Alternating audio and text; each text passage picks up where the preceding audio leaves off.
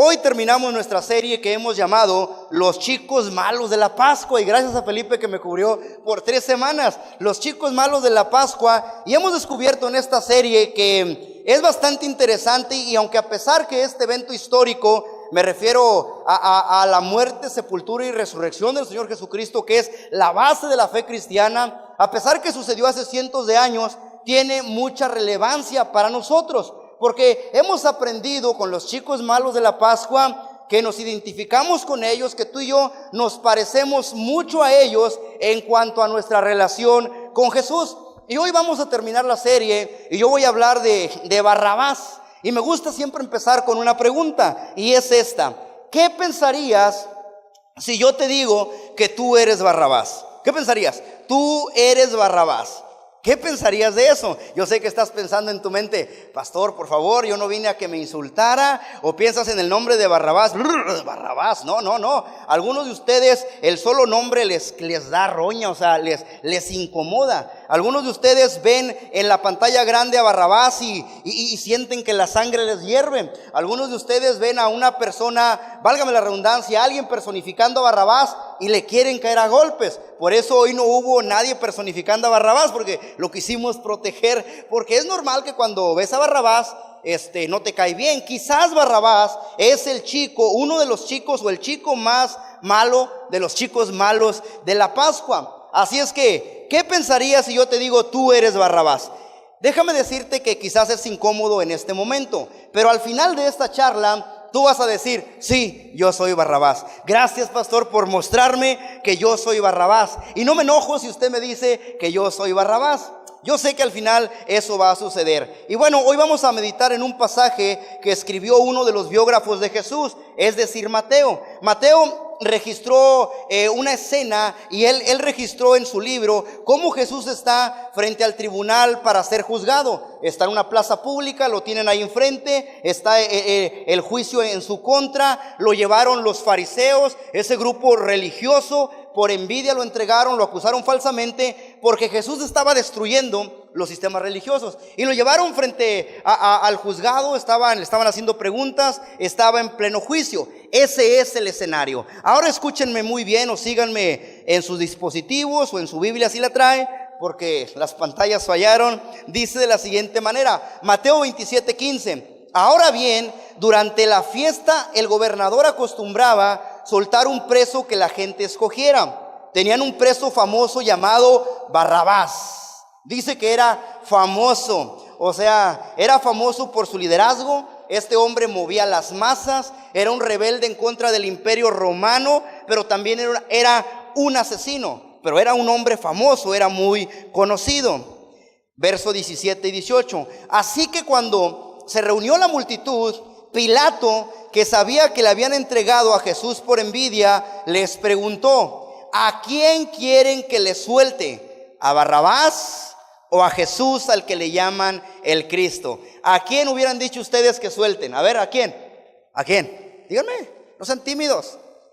¿A Cristo, a Jesús? Pues no es cierto, no echen mentiras. Cuando Pilato, si ustedes hubieran estado ahí, usted hubiera dicho: ¡a Barrabás! ¡Barrabás!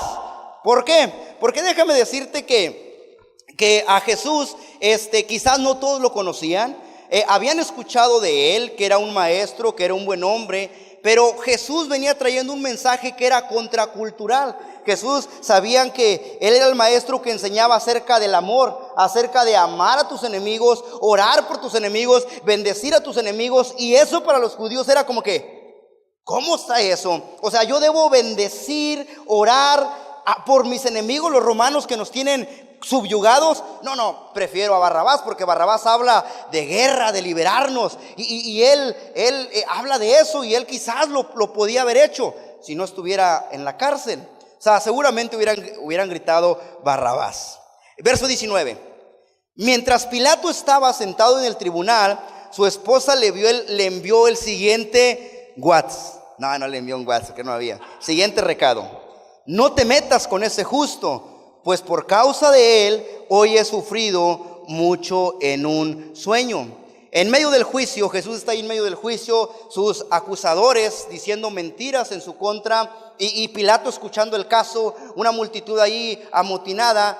Dios le envía por medio de un mensaje de esta manera a la esposa de Pilato, y este era el mensaje: ese hombre es justo, ese hombre es santo, ese hombre es perfecto. Y se lo manda a decir a Pilato. Verso 20: pero los jefes de los sacerdotes y los ancianos persuadieron a la multitud que le dijera a Pilato, que le pidiera a Pilato soltar a Barrabás y ejecutar a Jesús. Pilato pregunta: ¿a cuál de los dos quieren que le suelte? Preguntó el gobernador. A Barrabás, a Barrabás. ¿Y qué voy a hacer con Jesús al que llaman Cristo? Crucifícalo, crucifícalo, respondieron todos. ¿Por qué? ¿Qué crimen ha cometido? Pero ellos gritaban aún más fuerte: crucifícalo, crucifícalo. Hay otro biógrafo llamado Lucas que registró los hechos de Jesús, y él, cuando habla de esta escena, él dice: pero es que yo no encuentro nada en su contra. Y toda la gente gritando: Barrabás, Barrabás, Jesús, crucifícalo, crucifícalo. Verso 24: cuando Pilato vio que no conseguía nada, sino que más bien se estaba formando un tumulto, pidió agua, se lavó las manos delante de la gente y dijo: soy inocente de la sangre de este hombre. Allá ustedes, que su sangre caiga sobre nosotros y sobre nuestros hijos, contestó todo el pueblo. Entonces soltó a Barrabás, pero a Jesús lo mandó a azotar y lo entregó para que lo crucificaran. ¿Jesús o Barrabás? Jesús o Barrabás. ¿Quién era Barrabás? ¿Dónde estaba Barrabás? Barrabás, acompáñenme por un momento en su mente. Imagínense, está la plaza pública, está Jesús siendo juzgado, descendemos por unas escaleras, bajamos a una especie de sótano. Barrabás estaba en una cárcel, Felipe lo mencionó la semana pasada, una cueva cavada ahí en la tierra, un espacio bastante reducido, donde no entraba la luz, donde estaba frío, donde estaba húmedo, donde allí mismo Barrabás comía y ahí mismo hacía sus necesidades. Y por mucho tiempo Barrabás no había visto la luz del sol, pero él estaba allí porque se lo merecía. Es el peor lugar de la faz de la tierra que tú te puedes imaginar: una cárcel romana, un tipo de cueva. Ahí estaba Barrabás porque iba a ser juzgado, estaba a punto de morir, se lo merecía, era un rebelde contra el imperio romano y también era un asesino. Barrabás o Jesús. ¿Dónde estaba Jesús? Subamos las escaleras, imagínate conmigo, subes las escaleras, llegas a una plaza pública, ahí está Jesús, el hombre más santo, más puro, más perfecto que jamás hayas conocido. Él nunca pecó, dice la Biblia. O sea, ¿te puedes imaginar eso? Nunca pecó, nunca pensó nada malo en contra de nadie. Aun cuando fueron injustos en contra de él o en contra de las personas que él amaba, él nunca pensó nada malo de nadie. Jesús era totalmente justo, inocente y perfecto. Ahora piensa conmigo en esto. En el mismo momento, en la misma circunstancia, estaban dos hombres. Uno era un rebelde, uno era un asesino, y el otro era Jesús, un hombre justo, un hombre perfecto. Por eso te decía hace rato que tú eres Barrabás. Y tú estás pensando en este momento: no, ven, espérate, yo no soy Barrabás, yo no soy un asesino. He cometido unas cuantas cosas malas, pero no al grado de Barrabás. Tú eres Barrabás. Y Barrabás estaba allí esperando ser crucificado, estaba esperando que le pusieran a cuestas el madero que había sido preparado y tallado especialmente para él. Había unos clavos escogidos especialmente para él que iban a ser puestos en su cuerpo. Estaban a punto de crucificarlo. Había unos soldados que ya estaban esperando que Barrabás saliera para castigarlo con un látigo. Y la hora de su muerte también ya estaba agendada. ¿Qué crees tú que pasaba por la mente de Barrabás? Con toda seguridad, Barrabás estaba pensando: ya me llegó la hora, me voy a morir, hasta aquí llegué. No hay manera que yo escape de la condena que está agendada. No hay manera que yo escape de esta cárcel, voy a morir. ¿Qué crees que pasaba por la mente de Barrabás? Todos mis sueños aquí terminan, todos mis sueños mueren conmigo. Quizás Barrabás tenía en su mente: nunca llevé de vacaciones a mi familia. Estaba tan ocupado con esto de rebelarnos contra el imperio romano y nunca llevé de vacaciones a mi familia. Y ahora estoy a punto de morir. Nunca pasé tiempo como se debía con mis hijos. Y ahora estoy a punto de morir, mis sueños han terminado. Yo decía, cuando pase esto, cuando derroquemos al Imperio Romano, ahora sí voy a atender a mi familia, voy a vivir bien, en paz, los voy a amar. Y sus sueños estaban muriendo con él. Quizás Barrabás pensaba, no amé como debía haber amado a mi esposa. Y sus sueños habían terminado. Quizás Barrabás estaba pensando en esto, mi hora ha llegado. Cuando fuera del lugar de la cárcel, escuchaba a una multitud en la plaza pública que gritaban, Barrabás, Barrabás. Y luego escucha los pasos de un soldado romano que va descendiendo hacia la cárcel, a la cueva. Llega a su celda y le dice, Barrabás, eres un hombre libre, puedes irte. Imagínate el impacto de esa noticia en Barrabás, cuando está pensando, mis sueños terminaron, hasta aquí llegó mi vida. Llega alguien y le dice, eres hombre libre, puedes irte. Y Barrabás le abren la puerta, sale, empieza a subir las escaleras y va pensando, ¿pero por qué? ¿Qué pasó? Y el soldado le dice, mira, no sé todo, pero un hombre allá arriba tomó tu lugar.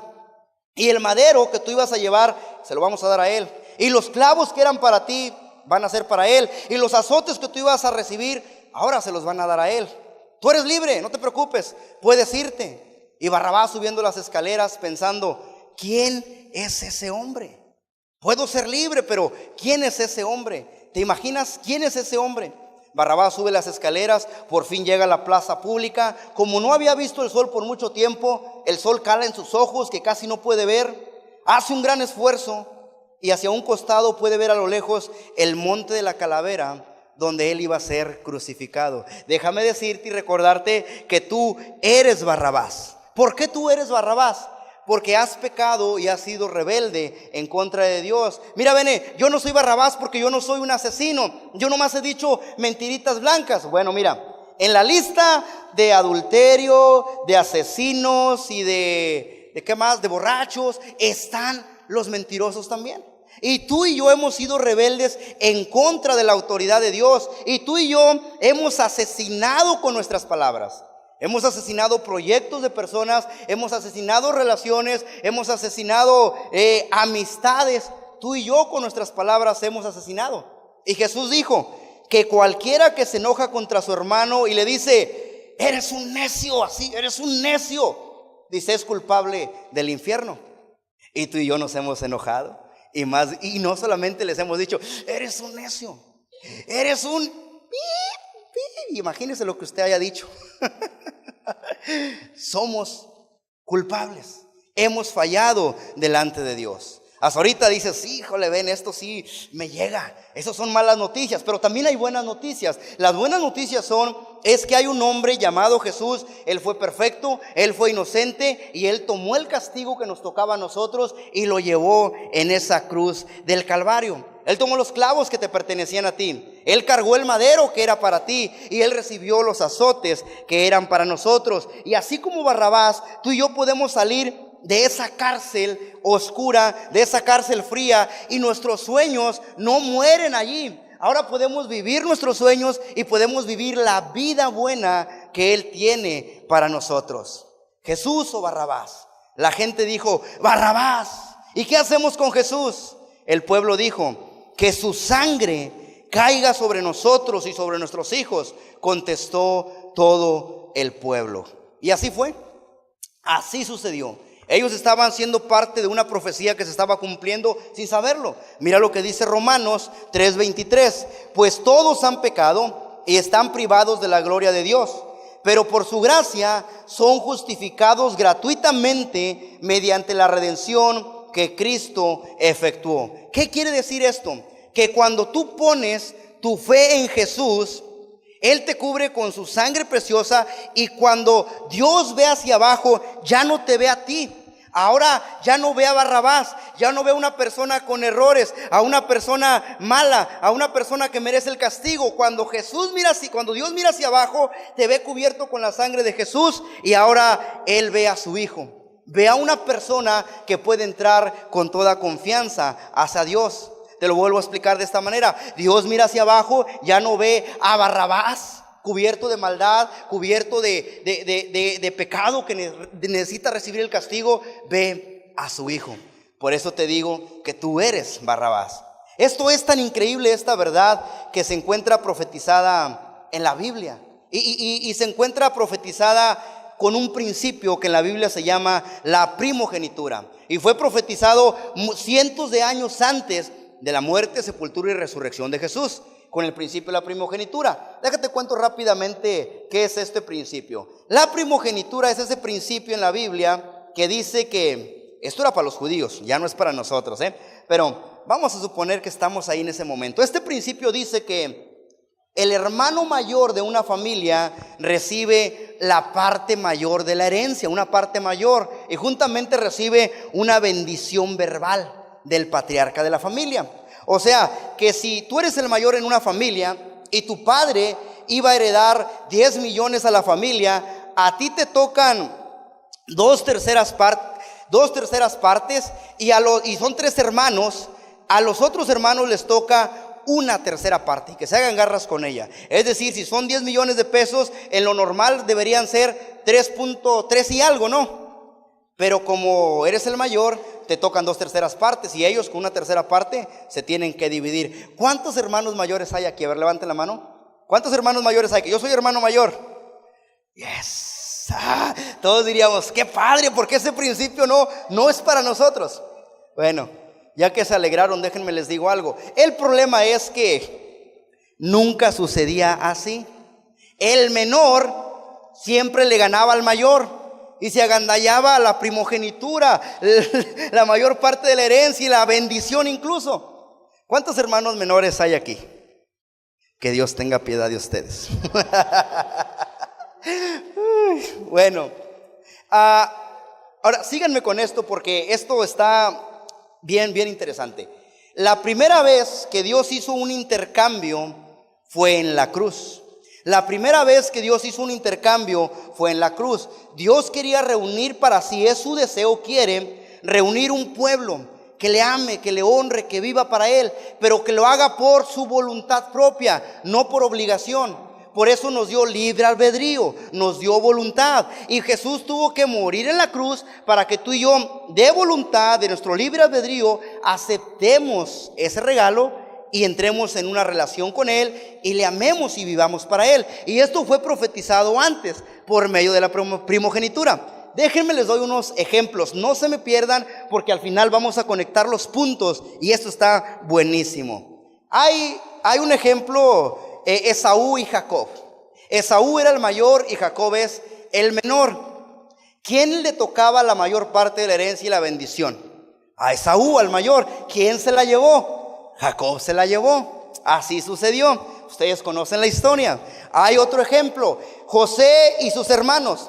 José era el 11º hijo de 12.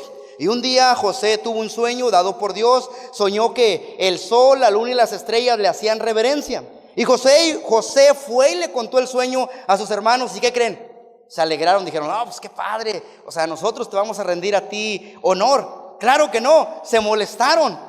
Y su envidia hizo que intentaran matarlo. Al final se arrepintieron y lo vendieron a unos mercaderes ismaelitas. Y los ismaelitas lo vendieron a Egipto. Y ahí fue a dar a Egipto en la casa de Potifar, el jefe de la guardia. Y todo un proceso, Dios desarrolló el carácter de José. Vamos a aprender eso la siguiente semana.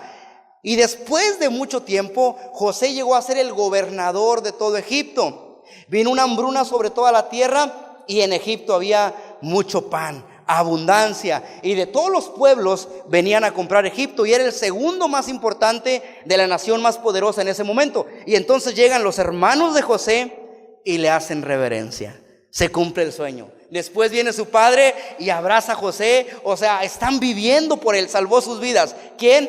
¿El mayor o el menor? El menor.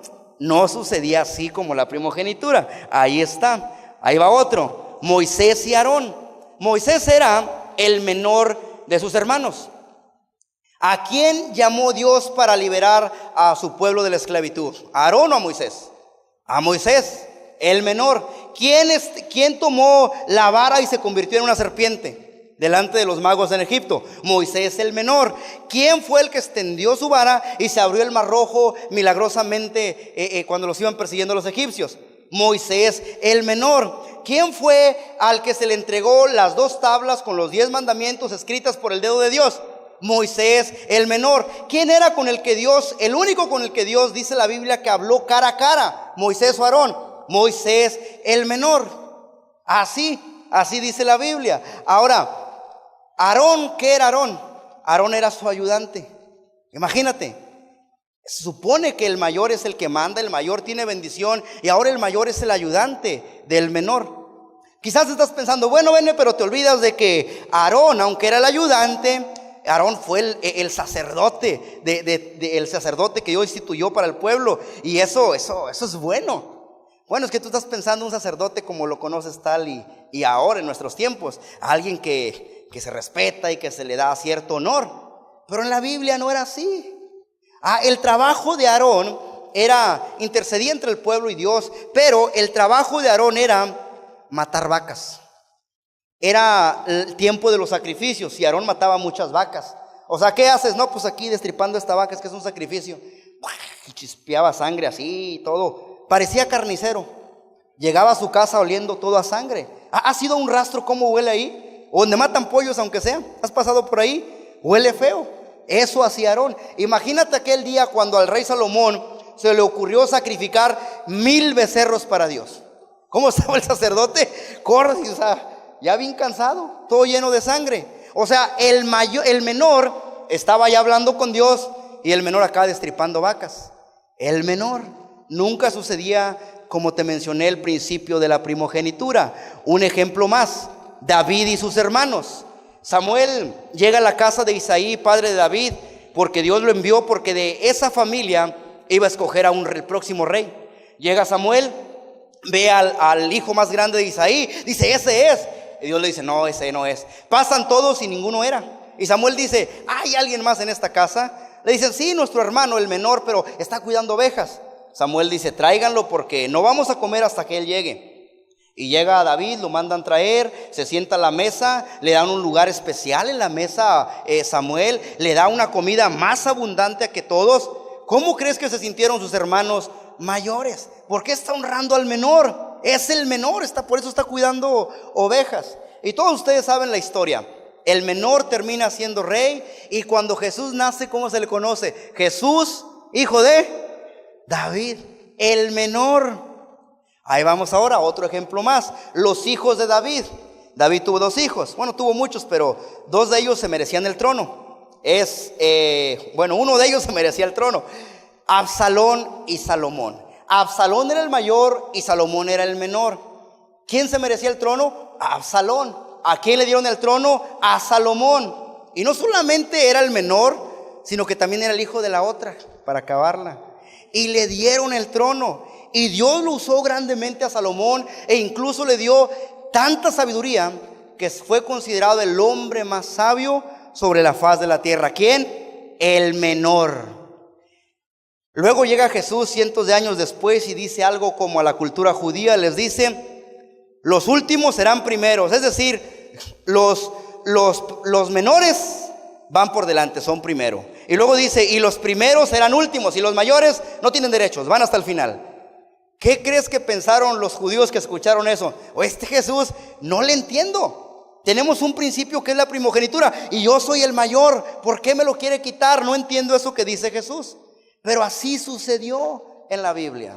¿Cuántos mayores hay aquí? Levanten la mano otra vez. Hay varios mayores. A ver si los mayores se identifican conmigo. Ahí va. Si se identifican, le hacen así. Sí, yo identifico.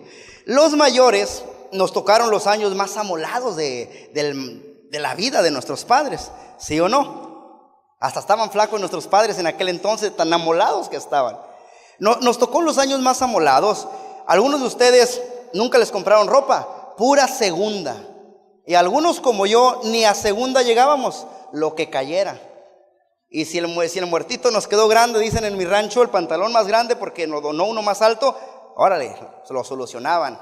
Y lo arreglaban de alguna manera. Nos tocaron los años más difíciles. ¿Sabían ustedes? Bueno, hay algo que no sabían de mí, ahora lo van a saber. Lo que se dice aquí, se queda aquí, por favor. Yo no tuve mochila en toda la primaria, ni en primero de secundaria hasta segundo de secundaria. Y mi primer mochila fue la de los Power Rangers. Si hubiera sabido que iba a estar de moda en estos tiempos, la guardo mi mochila. La de los Power Rangers, una igual a mí, muy parecidas a mí y a mi hermano, los Power Rangers. Pero yo no tuve mochila. Yo, así me tocó a mí. Y mi esposa dice, es que tú eras muy pobre. Le digo, claro, la primera vez que yo comí carne me fue cuando me mordí la lengua, o sea, así de pobre era. Y mi esposa no me cree que yo llevaba los libros de mi escuela en un morralito. A la escuela en un morralito, no sé si aquí se conoce el morralito. Yo llevaba en un morralito y mi esposa, tú sí que estabas pobre. Le digo, sí, era muy pobre, me tocó sufrir. Y a los mayores nos tocaron los años más difíciles en el matrimonio de nuestros padres. Nos decían, cuida las libretas. Y ay, que si las estás rayando sin ninguna razón, vas a ver, úsalas bien. Te compraron unos zapatos que te duraban todo el año para la escuela y llegabas de la escuela y te quitabas los nuevos y te ponías los viejitos. Eran tan viejitos que hasta pisabas un chicle y le sentías el sabor. Nos tocaron los años más difíciles. Pero luego vienen, y la disciplina, ¿qué te puedo decir? La disciplina. Nos llovía, nos disciplinaban bien, nalgadas que nos daban. Algunos de ustedes como yo eran nalgones, pero tanta nalgada los dejaron chatos. ¿Cuántos chatos hay aquí? Así nos tocó. Pero luego vienen los hermanos menores. Yo tengo una hermana menor que nació cuando yo tenía 17 años. Damaris. Le cortas esto, Pepo, cuando edites, por favor. Damaris nació. Y luego yo me fui al seminario. O sea, fue en esa etapa cuando yo fui al seminario. Ella tenía 1 año o algo así, 2 años cuando me fui al seminario. El caso es que ella caminaba. Pero luego yo regresaba eventualmente del seminario los lunes, que era mi descanso, visitaba a mis padres y estaba ahí en la casa y me doy cuenta que ya no era lo mismo, que a los mayores nos tocaron otros tiempos y ahora a los menores otra cosa era. Miraba a Damaris tomando ciertas actitudes negativas y yo estaba esperando, no, mi mamá ahorita se va a levantar y le va a dar, órale, una cachetada de policía enojado, así como me la daban. Yo estaba esperando y no se levantaba. Oye, mamá, Damaris, ¿no le vas a decir nada? Dice, no, ya hablé con ella, hijo. ¿No le vas a pegar? Ella ya sabe. Yo he hablado con ella. Ella sabe que no debe hacer eso. ¿Y eso es todo? Sí. Ella ya sabe que no debe portarse así. ¿Pero no le vas a pegar? No, ella ya sabe, ya hablamos. La disciplina que nos daban a nosotros con los menores ya no es lo mismo. Luego me di cuenta, conforme fueron pasando los años, que mis padres se endeudaban literalmente para cada año comprar los útiles escolares. Mochila nueva, porque la mochila del año pasado ya está viejita, esa ya no. Necesita una mochila nueva la niña. Libretas, yo no me sé la marca porque yo no sé de eso, yo puras escribe y las daba el gobierno, o sea, puras de esas. Pero mi esposa dice, ¿de esas le compran a Damaris? Y digo, pues esas le compran. Puras libretas chidas, puros útiles nuevos cada año y ya no es lo mismo. Las cosas cambiaron. Lo mismo pasaba en la Biblia. Había un principio para el mayor, pero el menor lo agandallaba. Y los que somos mayores entendemos eso porque es igual. Ahora, termino con este ejemplo y aquí cerramos. José está en Egipto. Después de todo esto está en Egipto. Tiene 2 hijos que le nacieron ahí, Efraín y Manasés. Manasés es el mayor, Efraín es el menor. Y su padre, el abuelo de Manasés y Efraín, mi hermano se llama Efraín y mi mamá dice que a mí me iba a poner Manasés. Le dije, qué bueno que no lo hiciste, mamá. Manasés. Pero entonces José lleva a sus hijos Efraín y Manasés con su padre, el abuelo, los niños Jacob, que ya estaba un poco ciego y estaba a punto de morir. Y cuando José los lleva para que Jacob les dé la bendición, y lo vamos a leer ahorita, dice la Biblia que José agarró la mano de su padre Jacob y la puso sobre Manasés, la mano derecha. Luego agarró la mano izquierda de Jacob y la puso sobre Efraín, el menor. Así lo hizo, porque este es un principio que está en la Biblia. Hace un momento leía que Jesús está sentado ¿dónde? A la diestra del Padre, porque la diestra es un lugar de honor respecto a un reino, a un trono. Y ahí estaba Manasés y ahí estaba Efraín. Fíjate lo que dice la Biblia. Génesis capítulo 48, verso 14. Pero Israel, al extender las manos, las entrecruzó y puso la derecha sobre la cabeza de Efraín, aunque era el menor, y su izquierda sobre la cabeza de Manasés, aunque era el mayor. A José no le agradó ver que su padre pusiera su mano derecha sobre la cabeza de Efraín. Así que tomando la mano de su padre, la pasó a la cabeza de la cabeza de Efraín a la cabeza de Manasés, mientras le reclamaba: así no, padre mío, pon tu mano derecha sobre la cabeza de este, que es el primogénito. Pero su padre se resistió y le contestó: ya lo sé, hijo, ya lo sé. También él gestará un pueblo y llegará a ser importante, pero su hermano menor será aún más importante y su descendencia dará origen a muchas naciones.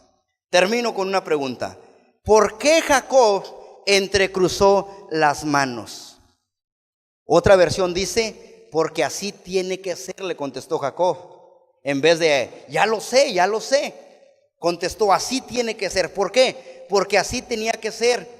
Porque estaba profetizando algo que había de venir, que un día Dios, el creador de todo, iba a poner la mano, iba a quitar la mano derecha, la mano de toda bendición, la iba a quitar de su primogénito y la iba a poner sobre los Barrabás, tú y yo.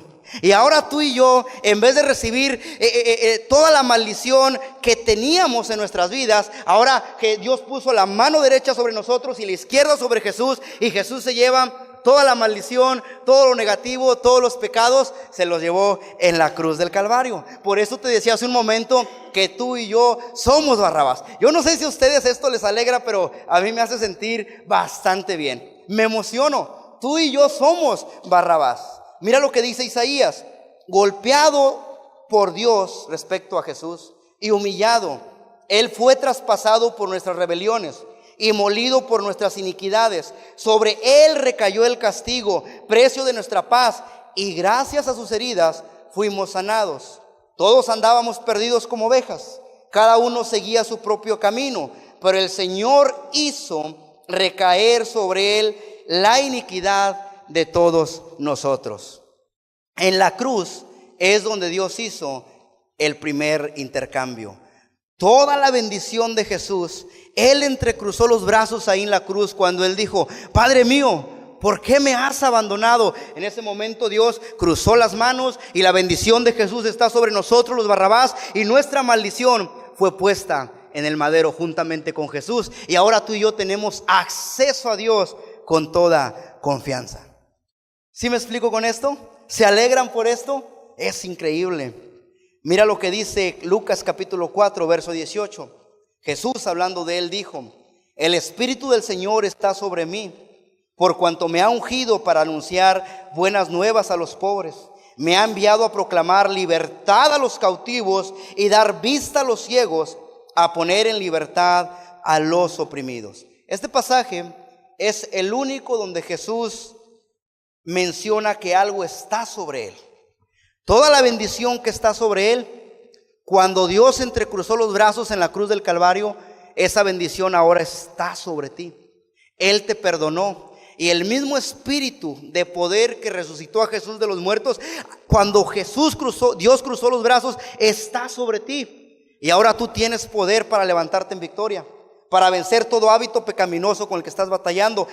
Dios ha puesto toda bendición en ti y tienes poder para romper todo espíritu de pobreza, hábitos pecaminosos, ataduras, cualquier adicción que está lastimándote. Tienes el poder para hacerlo.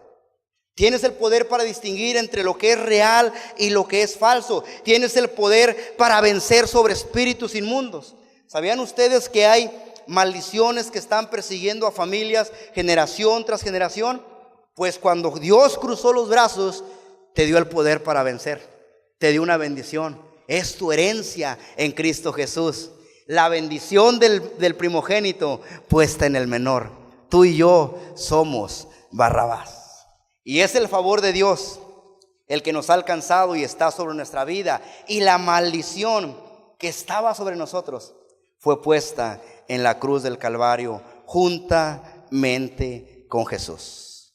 No hay nada bueno que tú y yo hagamos para merecernos esa bendición. No hay nada bueno. Lo hizo Jesús. Y no hay nada malo que tú hagas para no merecerte esta bendición. No hay nada malo. perdonó a Barrabás, perdonó al ladrón en la cruz. Gracias por ese mensaje, Felipe, porque Él es bueno, Él es justo. Pero si Dios te ve a ti sin Jesús, Él ve un Barrabás que merece morir, que merece el juicio. Pero si tú aceptas el perdón de Jesús, Él mira hacia abajo y ya no ve a Barrabás, Él ve la sangre de Cristo y ve a un hijo. Y eso es lo que Él te dio en la cruz del Calvario, entrecruzó los brazos. Algunos de ustedes están batallando con condenación, cosas del pasado. Te equivocaste, viene a tu mente cada vez, te persigue, alguien te lo recuerda. Hay cosas que algunos de ustedes hacen o están haciendo y nadie más sabe, y que si todos se enteraran, te morías de vergüenza. Y están batallando con condenación. Recibe la bendición que Dios tiene por medio de Cristo para ti y sé libre. Él vino a libertar a los cautivos, a poner en libertad a los oprimidos, a dar vista a los ciegos. Si hoy estás cegado pensando que Dios te condena, te juzga por tu pasado, si estás en Cristo no hay ninguna condenación. Él ya no ve a Barrabás, Él ve a su hijo y eres aceptado. Algunos de ustedes tienen hábitos, adicciones que están destruyéndote. Quizás es tu economía, quizás es tu salud, quizás son las relaciones, la dinámica entre padres e hijos, esposos, yo no sé. Pero tienes el poder para vencer. Algunos de ustedes tienen espíritu de pobreza. Y no estoy hablando de prosperidad y que Dios quiere que seas rico. Pero algunos de ustedes su espíritu de pobreza los limita. Y están transmitiendo todo eso a sus hijos, generación tras generación. Y Dios quiere una buena vida para ti. Que vivas mejor. Porque la bendición de Jesús está sobre nosotros. Algunos de ustedes están sufriendo por tanta iniquidad porque no están en Cristo. Pero en la cruz hubo un intercambio y todo lo que estaba en Jesús ahora es tuyo.